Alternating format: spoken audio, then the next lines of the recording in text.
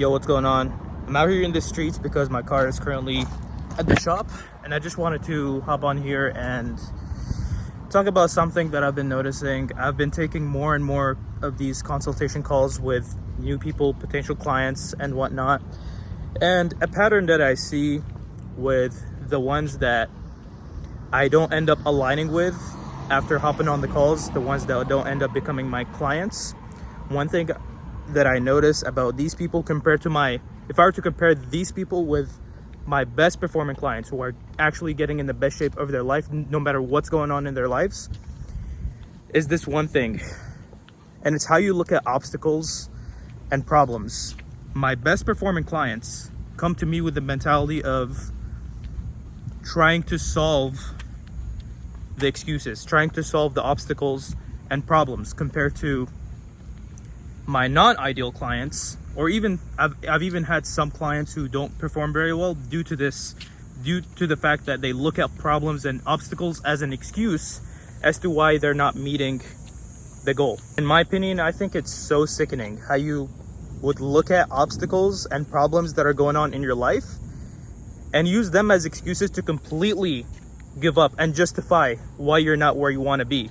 For example, and I get this one probably the most out of every excuse, and it's, I have kids, I gotta take care of my kids, I gotta do X, Y, and Z. Once I get back from work, I'm like caught up, I gotta do X, Y, Z for my kids. Here's the thing about that: your kids aren't the excuse as to why you're not in the best shape of your life. They are the reason. They should be the reason as to why you should be in the best shape of your life. Chances are, when your little child wants to play outside with you, more often than not, you don't feel like it. You're too tired to go play catch with your child because you're so fucking out of shape, and you use your child as an excuse. But you forget that they're the fucking reason why you should become the superhero. You got to do some sort of sacrifice. You got to take some sort of sacrifice to figure it out, to solve the problem, in order to build that body that's capable of not just protecting, but also having the energy to play with your kids. Your kids need to have a father figure that they could look up to and see as a superhero, not one that has zero energy to play with them. That's one little example. Oh, I work a lot, I work so many hours, and I have so much responsibility. Okay, there's many different levers that you could be taking care of. There's the lever of nutrition. If that can't be taken care of, how are your steps? If that can't be taken care of, are you hitting the gym? If that cannot be taken care of, how's your daily habits? There's so many levers that you could pull. You don't need to be on top of all of them. Eventually you do, once you do build the habits and you figure out a system that actually works for you. But in the beginning, there's only you could pull just one lever.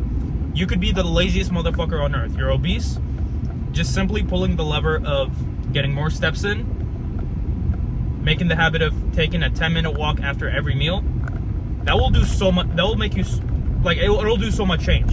Once that becomes a habit and you've already gotten some sort of results out of it, you could move on to the next lever. It doesn't have to be you don't have to go from 0 to 100 on day one, which is the mistake that most people do. They're like, oh, this fitness lifestyle only fits people who actually have the time and have no responsibilities or have no kids, whatever the case is. But no, there's many different levers. Just because you cannot comply to some influencer's lifestyle does not mean you should completely give up on fitness, because that's exactly what you fucking need. So with my best performing clients, when they come to me about whatever it is holding them back, whatever obstacle is holding them back, they come to me with the mentality of trying to find a solution and not tell me that, oh, I can't do this because XYZ. They come to me trying to find a solution. So I have X, Y, and Z. What should I do instead? Maybe there's something I could do while I'm doing that. Like, I've had clients, Eric, Danny, James, all of these clients work 80 plus hours a week doing manual labor. Manual fucking labor for 80 hours a week while having a whole ass family to take care of. And they were able to completely transform their bodies. They were able to follow a meal plan. They were able to do their cardio. They're able to lift. They're able to sleep on time. If they're able to figure it out, I have every right to have zero tolerance for excuses for the motherfucker that works less than that, any less than 80 hours per week. I used to work 80 hours per week while doing a bodybuilding prep, which is actually a lot more commitment compared to what I give to my clients. So that's why I have zero tolerance for excuses.